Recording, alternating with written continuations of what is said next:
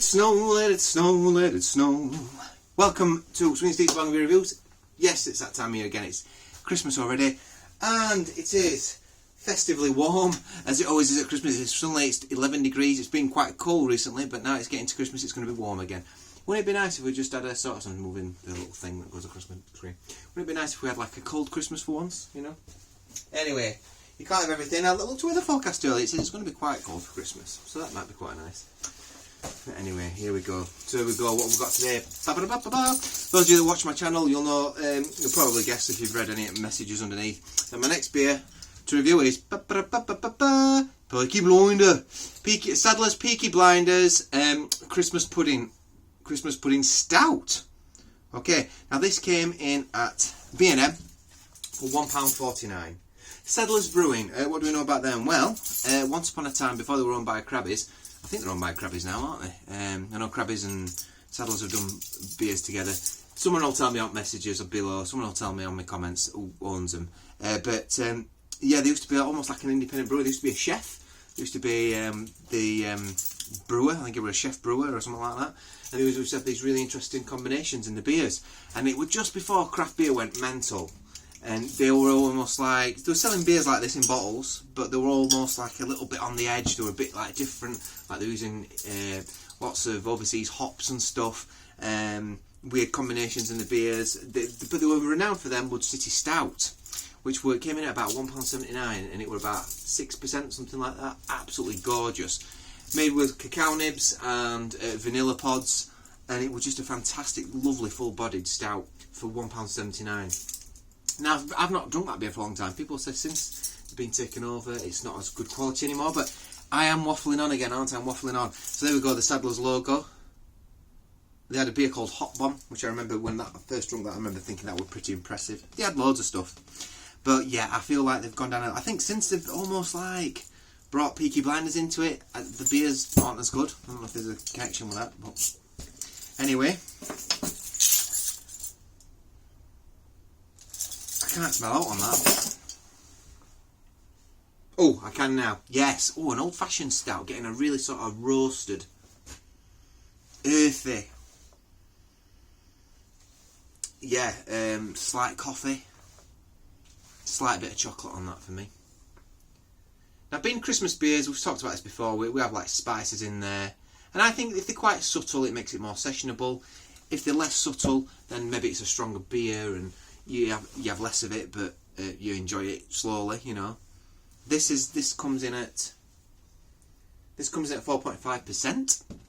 Quite a low ABV stout. I ain't got a problem with that at all. It's not black, that stout. It's actually almost like quite a deep mahogany. I think anyway. Let's have a look. Let's get up to the light. Yeah, you can see through that. It's a very deep sort of mahogany, red ale almost, actually, in the light. So I've got about a finger's worth ahead. Those spices are coming through, getting like little clovey notes, little cinnamony notes, almost like a little bit of chocolate behind that as well. It smells pleasant, smells good.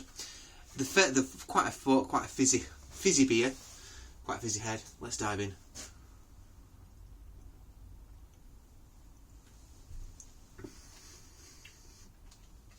Thin body. Christmas flavours are coming through. You're getting an earthiness, quite a sharp bitterness from the craggy hops. I quite like that. It's got an old-fashioned stout kind of feel. I think that it's quite a working class sort of beer. I mean, it's almost modelling itself as like working class with Peaky Blinders and stuff on it. You're getting like the fruit. You're getting little cinnamony note, like little fruit cake notes coming through that.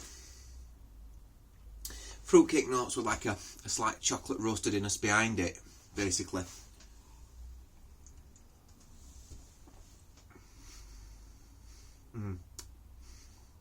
You're getting light on the first initial mouthful. You're getting that's when you get most of the fruit. And as a beer, it gets more. As a beer goes on, it gets more bitter. It gets more like craggy. Sometimes these beers are described as. It gets drier. Then it's quite a bitter, sharp, dry hop finish. I don't know if there's like a bit of a citrusy hop in this. I don't really like citrusy hops in Christmas beers, if I'm honest with you, because I don't think they work. But anyway. Some people call that quite stringent, maybe. There's a little bit of like a toffiness in it, caramelly toffiness. But it's overwhelmed, I think, by the bitterness on the back end.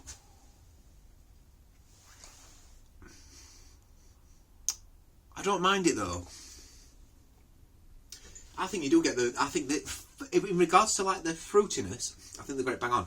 For me, I'd like it's a 4.5% beer. I'd like this at Christmas. I'd happily drink that to get me in Christmas spirit. I think it's just got the right amount of fruity flavours in it, and spices, and it's just balanced out quite.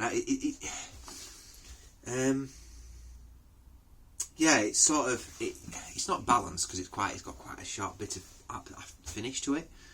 And it's got some decent lacing. You get a little bit of apple on it actually when you spin it round. A little bit of apple coming through. Sweet apple.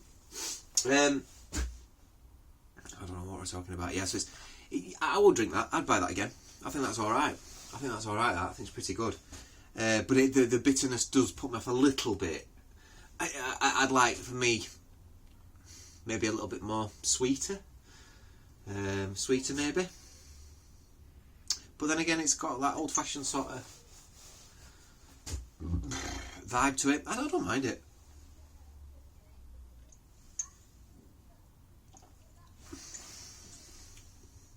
I'm not going to drink the whole thing today in front of you.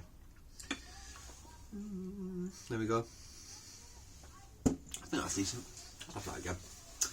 It says here, a smooth, rich, dark ale brewed with the finest British malt hops, Christmas pudding ingredients.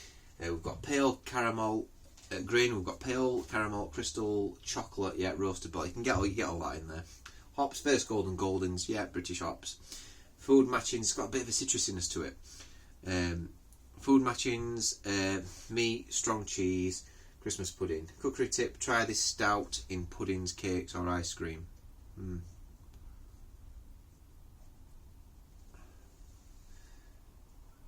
Yeah. Where we go? Hops. We've got candied peel. What's in it? Candied peel. All right. So yeah, you're getting that sort of thing in it. Yeah, definitely. Candied orange peels. Yeah, bit of an oranginess to it. Definitely. I like it. I like it is what it is. I mean, I prefer the other one I had the other day. I think I prefer as a ruby beer. I sort of rated that as a ruby beer rather than a Christmas beer, I suppose, and I gave it quite an high mark. This one ain't as high as that. For me, this is in the 7s. It's a good beer, and at £1, I don't think you can go wrong at £1.29. The body's light, but you'd expect that at a sessionable. You don't want to be sessioning a beer that's full-bodied. You're just going to feel really full before the alcohol's even had any effect to relax you, shall we say. 4.5%. Yeah, where do we go with this one? There we go. Pour the rest of it. Oh, it's decent. You can see at the bottom there, it's quite a translucent, dark beer. You know, almost like what you'd expect a mild to be. Mild beer. Right, scores on the board. Well, it's Christmassy, so it ticks a box. Would I drink it again? Yes, I would. Would I pick it up again? Yeah, I would. It's a good beer. I'm going to give it a 7.6 out of 10. 7.6 out of 10. It's just a very good beer, actually. I think it's just very good because it does tick all the boxes for a Christmas beer. It don't get higher because I think that's the bitterness on the back end's a bit too much, really. I couldn't have more than one, I don't think. Maybe a couple of bottles. The body's a bit light, but then again, it's a session stout, so I don't mind that. It's almost like a mild stout porter sort of thing. Thanks for watching, guys. It is what it is. It's got some nice stuff, and I think that that's the other thing I quite like about the balance of the spices in it. It's just right for me for it, because when it's overwhelming, Because what the problem is when you've got these beers with additives, with all these spices and stuff, you've got to stay on them beers all night. And if you try going on to something else afterwards, it just tastes weird. It completely pollutes your sort of taste buds. So you've got to kind of stick with it. So you'd probably be alright drinking something else after this, because it's not too, I don't know. I'd say like Bar Humbug's a good example actually. That's quite cinnamon. It used to be really cinnamony, that'd be really Christmassy. But I always remember after drinking one of them, if you try drinking something else afterwards, it just tasted a bit weird because you'd still got that cinnamon flavour in your mouth. So yeah, anyway, I digress a little bit again. Would get one of these. Brilliant for opening presents. Depends how early you want to start drinking, obviously, or how early you open your presents. But we usually start about 11ish, and that's when we start drinking. That's when sherry comes out. So I don't really have sherry. I have beers pretty much all day. I coast through with you, and I might have a whiskey in the evening, or I might have a few glasses of port. I've been Swigging Steve. Thanks for watching. Thanks for subscribing if you've subscribed.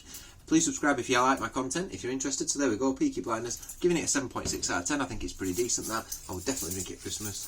Thanks for watching, and I'll see you in the next review. Bye!